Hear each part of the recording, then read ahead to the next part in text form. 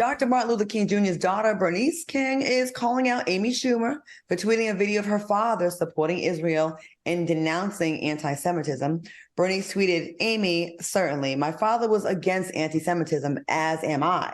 And she added, "I am certain he would have called for Israel's bombing of Palestinians to cease for hostages to be released."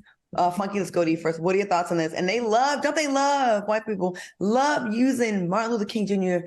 when they need to try to justify things. You know, it is so weird that this story came up because yesterday I did a YouTube video where I asked, what do American Jewish people expect of the rest of us? And you guys, I let it all hang out there in ways I can't let it all hang out here.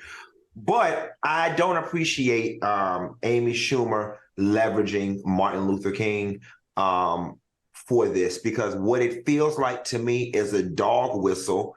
Like I mentioned in that video I did about what they expect from us, it seems to me like you're expecting an outcry from Black America to get in this. And in that same video, I talked about, where the hell were y'all? And I'm not saying that some didn't support, but where was the Jewish community as a collective during Black Lives Matter? And before any Jewish American says any damn thing to me, or anybody that's African-American in this country about posting anything pro-Israel or anything, number one, this ain't our fight. This ain't got nothing to do with us. And it's giving me all lives matter. This is giving me an all lives matter situation. I care about the people in Gaza. I care about the Palestinians. I care about the Israel people too. I don't know enough about it. It ain't my history, my culture, my people, my clan, or my religion. So I'm staying out of it. I'm praying for both sides, and all lives matter. Al, what do you think? Ooh, it's a lot going on right here. I can agree with 80% of what Q is saying. Some of the stuff I'm just going to push back on. Now, we cannot deny that during Martin Luther King, during civil rights, most of the attorneys that defended us, that got us out of jail and supported us, were Jewish American. We simply cannot deny that. We know that they have a history of supporting civil rights. They have a history of supporting Martin Luther King, so I will not take that from them. What I will take, though, is this was offensive to me. Amy Schumer's comments in bringing Martin Luther King into this was offensive to his legacy, because she's not taking into account the full context of the crisis. And when you don't take into account the full context of the crisis, it seems performative and it's freaking lazy. And wait a second, let's really talk about it, because I still ain't getting over Miss Schumer for trying to drag Will Smith, Monique, and Dave Chappelle. So don't come pulling on Martin Luther King when you need a little bit of support after you drag some of our major celebs on their stance. So don't pull Martin Luther King to support you on your stance. And I was very happy to see that Miss Bernice King stepped into the conversations, baby. And she said, let me tell you something. She did the most respectful thing and said, you're not going to use my daddy like that. That's what she was really saying. Because what she was saying, she gave her credit for the anti-Semitism. But what she also said was that in the true context of who my father is, he does not support violence and war. Period. End of story. And don't ever get it confused. Right. She tried to make it seem like, he would just solely be with Israel on this and be against Palestinians. And that's absolutely 1000% false. I mean, the average 10-year-old that studied him slightly in school would know, who heard his stories.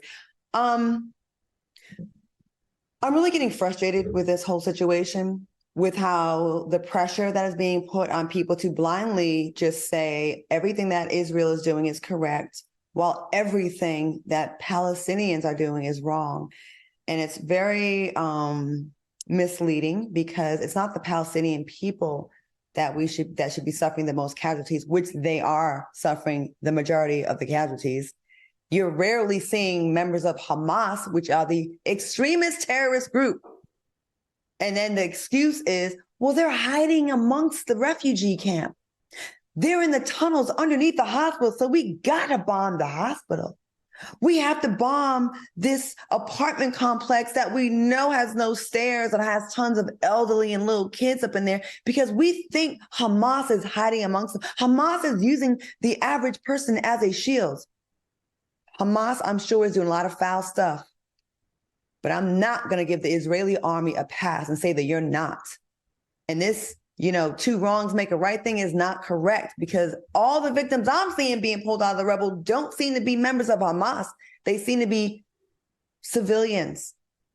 And someone asked a question on one of the news programs the other day. They said, if Hamas was hiding amongst Israeli civilians, would you have the same tactics that you have now? And they got all, no, we would not. Why? Because to you, the lives of the Israeli civilians matter more, and the lives of the Palestinians matter to you none at all. So yes, we are giving an all lives matter to this one right now, because shouldn't all lives matter in this case? All lives matter. Miss me with that. Show me the terrorist bodies and I can support. I haven't seen any. I've seen none. I've seen a lot of babies with missing legs though, and their brains blown out. I just think there's a lot of war crimes being committed right now. So don't two wrongs make a right, me, because they don't. And propaganda spreading, might I add. Yeah. And then threatening any celebrity that dares to have any empathy to seeing a Palestinian civilian being harmed. I'm always going to have sympathy for the oppressed. Not the terrorists, but the oppressed. And you know who they are. Let's quit playing like we dumb, because we're not.